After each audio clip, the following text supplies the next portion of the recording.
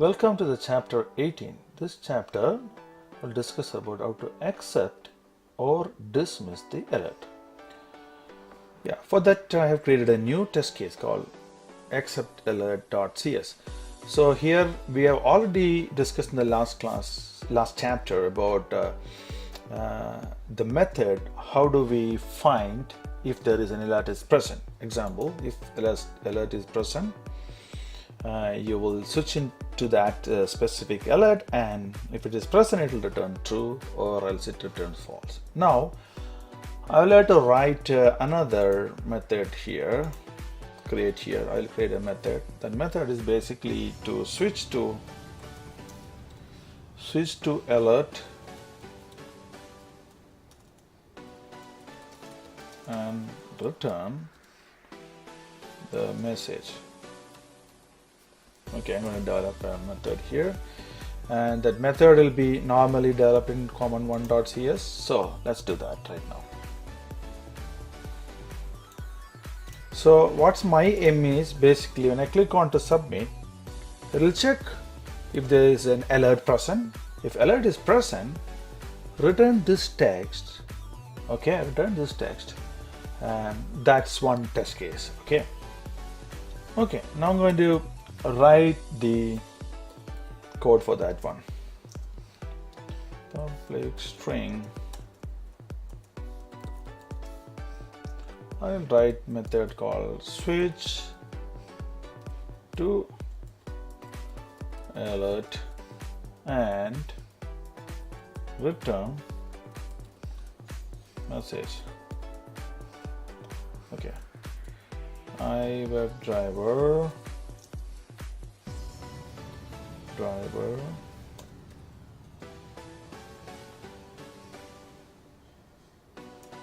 Okay, so I'm going to write the code to switch it to the alert and return the message. Okay, when you say return the message, I should write something. Return. What you should return? I should return something. Okay, let it be this way. I'm going to write down what to return.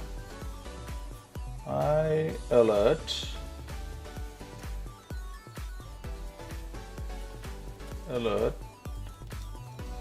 equal driver dot switch to alert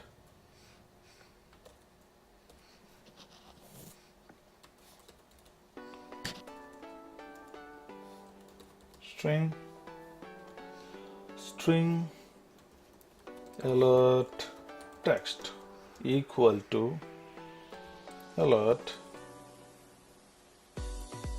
dot text. Okay, so then alert dot accept.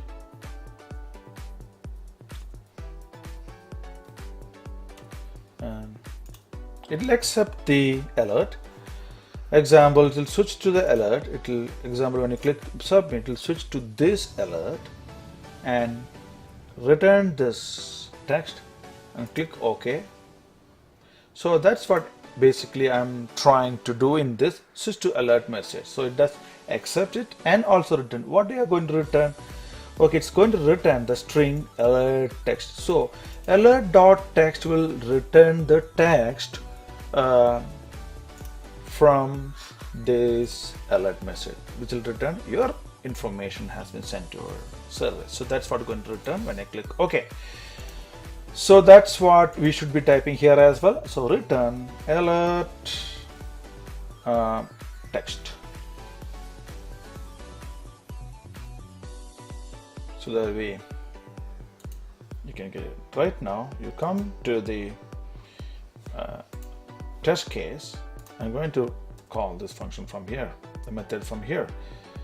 So that method can be called as object press base dot. Okay, I switch to alert and return the message. Correct?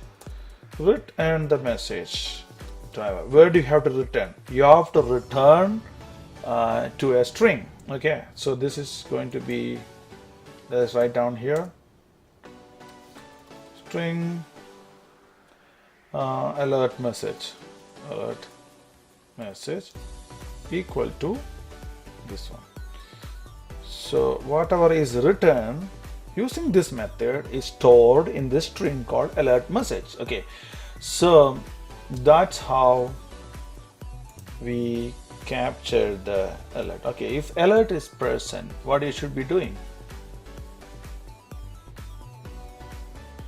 When alert is present, you will go to that function and accept the OK button, click onto the accept or alert button, OK button, and return the string here. So that's what we are doing it here. We may not require the else part. If you can write, if you are something like a test case passed when alert is present, you can do that as well, like the previous chapter we did. But I'm not going to do that because go back to my earlier chapters, 17 and even 16 as well, so that you will get the basic idea how we develop this alert test. Okay, so let's run this test case by clicking onto a breakpoint here.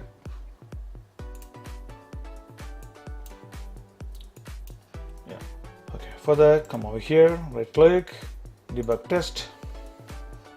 It's building, running the test case.